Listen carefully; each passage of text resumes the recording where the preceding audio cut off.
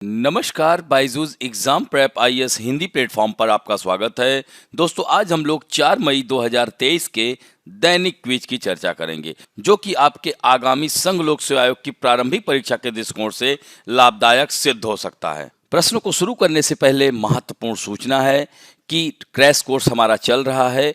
दोस्तों, कल से विज्ञान एवं प्रौद्योगिकी का करंट अफेयर से संबंधित सेशन होगा और इस तरह से यहाँ पर आप लोग देख सकते हैं कि यह हमारी पूरी लिस्ट दी गई है। तो साइंस एंड टेक्नोलॉजी, उसके बाद international relations, places in news, art and culture का प्लेसेस इन न्यूज़। तो इस तरह से 15 मई तक यह हमारा कार्यक्रम चलेगा। दोस्तों, आपको बता दें कि यह विज्ञान एवं प्रौद्योगिकी जो सेशन है, ये हमारे वरिष्ठ शिक्षक रसेश कुमार जी के द्वारा लिया जाएगा। तो इसमें आप लोग ज़्यादा से ज़्यादा भाग लीजिए। और दोस्तों, अभी तक हमारे इस चैनल को सब्सक्राइब नहीं किया है तो प्लीज़ इसे सब्सक्राइब करें, लाइक करें, कमेंट करें और दोस्तों को भी शेयर करें। तब आइए पहले प्रश्न की ओर चलते हैं। दिया गया है कि ए और बी दो किसान हैं। ए के पास 2 हेक्टेयर से कम भूमि है, जबकि बी के पास 5 हेक्टेयर भूमि है और उनके पड़ोसी सी के पास जमीन नहीं है, लेकिन उसके पास भैंसों का एक झुंड है जिसका दूध वह आजीविका कमाने के लिए बेचता है। ए, बी, सी एक तटीय जिले में रहते हैं और डी से अपनी दैनिक मछली की ज़रूरतें पूरी करते हैं, जो कि एक मछुआरा है। उपर्युक्त में से कौन सा से किसान क्रेडिट कार्ड के लिए पात्र होगा या होंगे? तो यहाँ पर देख सकते हैं कि यह जो है किसान क्रेडिट कार्ड के लिए, चूंकि ए और बी दोनों किसान हैं और दोनों के पास ज़मीन है।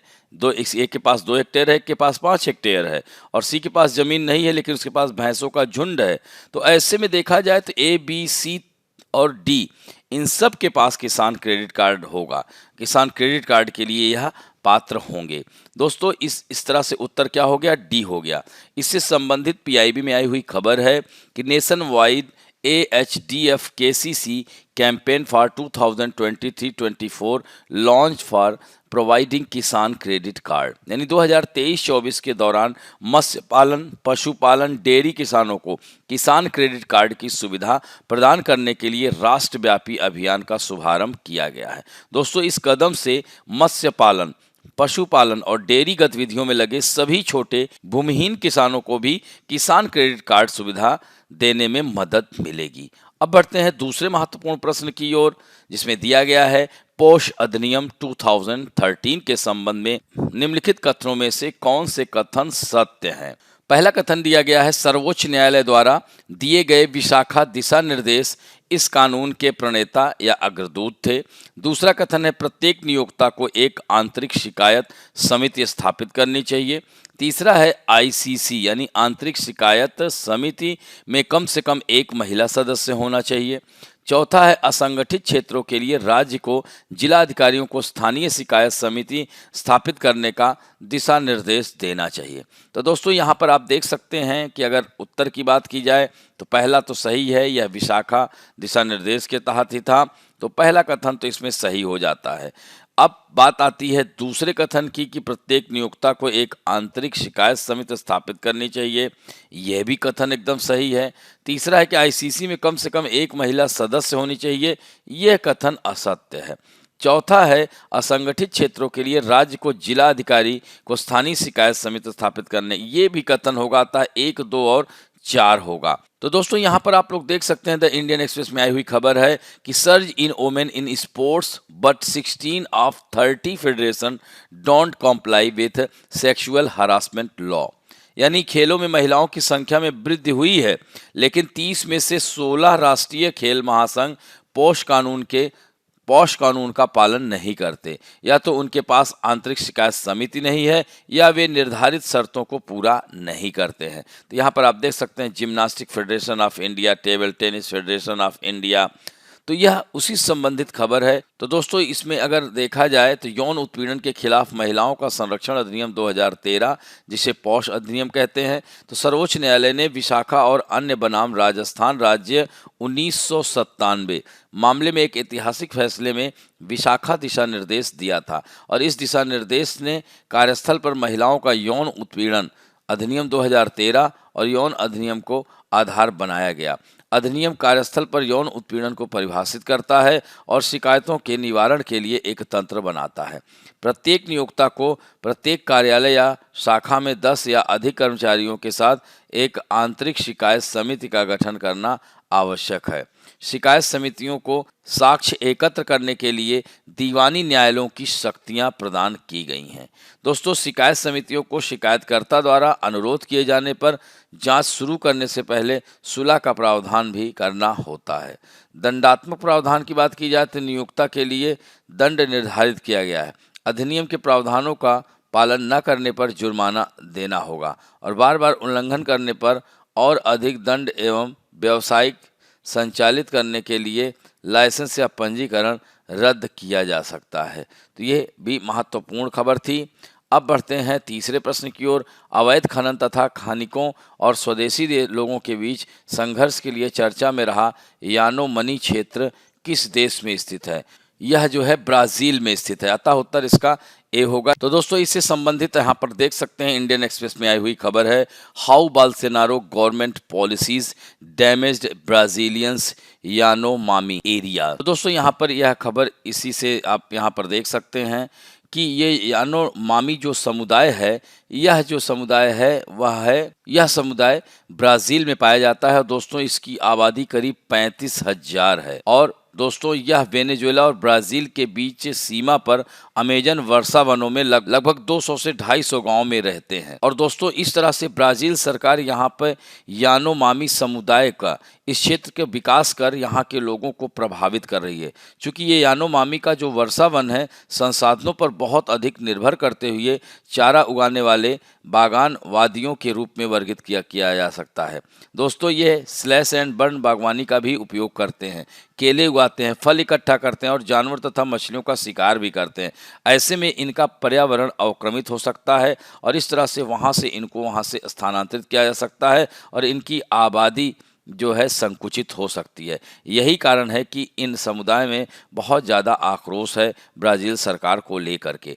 अब बढ़ते हैं चौथे प्रश्न की ओर। निम्नलिखित में से कितने निकाय विश्व बैंक समूह का हिस्सा हैं? एशियाई विकास बैंक, एशियाई अवसंरचना निवेश बैंक, पुनर्निर्माण एवं विकास के लिए अंतर्राष्ट्रीय बैंक, बहुपक्षीय गारंटी एजेंसी या निवेश विवादों के निपटारे के लिए अंतर्राष्ट्रीय केंद्र। तो इसमें केवल 3 निकाय जो हैं जो विश्व बैंक समूह का हिस्सा हैं।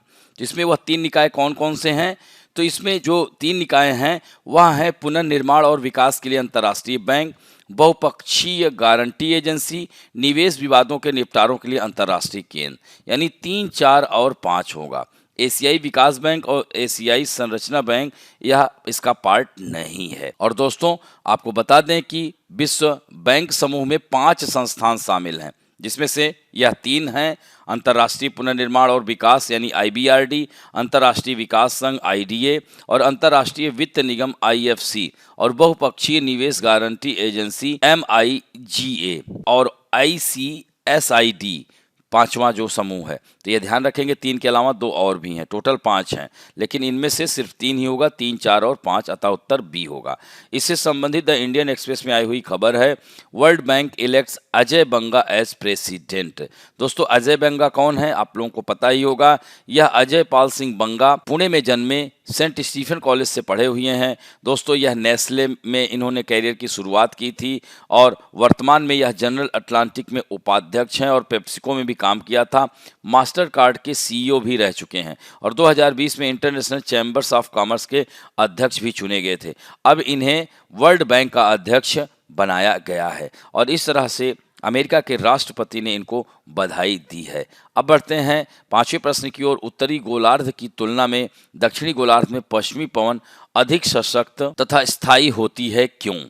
पहला कथन है कि उत्तरी गोलार्ध की तुलना में दक्षिणी गोलार्ध में भूखंड कम है। यह कथन एकदम सही है, क्योंकि अगर देखा जाए तो यहाँ पर ये नॉर्थ हेमिस्फीयर है, ये साउथ हेमिस्फीयर, तो ये पूरा यहाँ पर सागरीय स्थिति है, यहाँ सबसे ज़्यादा स्थल है। तो ये कह सकते हैं कि उत्तरी गोलार्ध की तुलना में दक्षिणी गोलार्ध में भूखंड कम है और यह भी कारण होता है, इस वजह से यहाँ पर हवाएं तेज हो जाती हैं, यह सशक्त हो जाती हैं। तो पहला कथन तो सही है। दूसरा है, उत्तरी गोलार्ध की तुलना में दक्षिणी गोलार्ध में कोरियालिस बल अधिक होता है। ये कथन गलत है, क्योंकि कोरियालिस बल ध्रुवों पर अधिक होता है, विषुवत रेखा पर नगण्य होता है। यही कारण है कि विषुवत रेखा पर चक्रवात नहीं आते हैं। तो ऐसे में केवल एक कथन सही, अतः उत्तर ए होगा।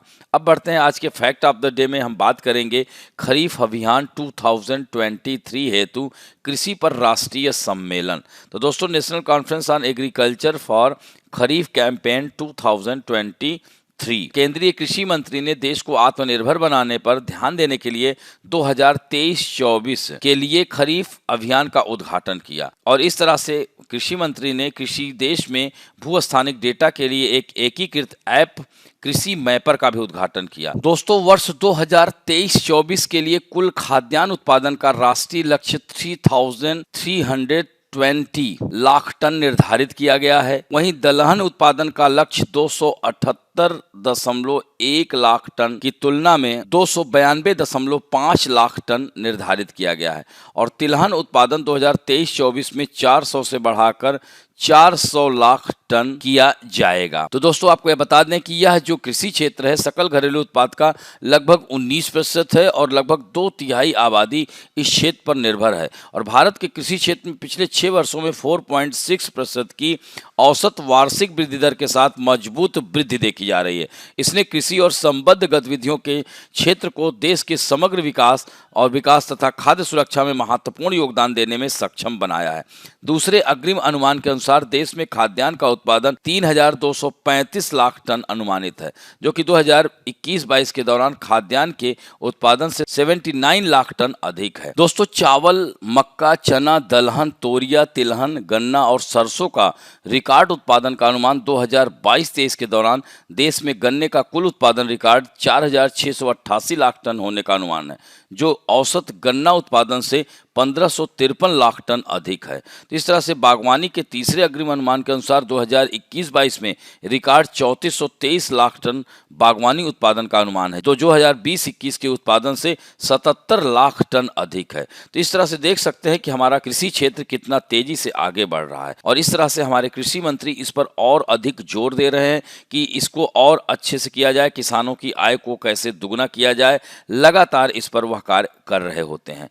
इस तरह से यह काफी महत्वपूर्ण टॉपिक था। अब दोस्तों, आज के लिए आप लोगों के लिए प्रश्न है कि दक्षिण अमेरिका में स्थित सबसे बड़ा देश ब्राजील दक्षिण अमेरिका महाद्वीप के कितने देशों को स्पर्श करता है? दूसरा महत्वपूर्ण प्रश्न है कि वर्ल्ड बैंक का मुख्यालय कहाँ है और दोस्तों इसकी स्थापना कब हुई थी? इस तरह से इन दोनों प्रश्नों का उत्तर आप लोग जरूर दीजिएगा। आशा करता हूं कि आज का वीडियो आप लोगों को अच्छा लगेगा। यदि अच्छा लगे तो प्लीज लाइक, शेयर, सब्सक्राइब और बेल आइकन दबाना ना भूलें। धन्यवाद।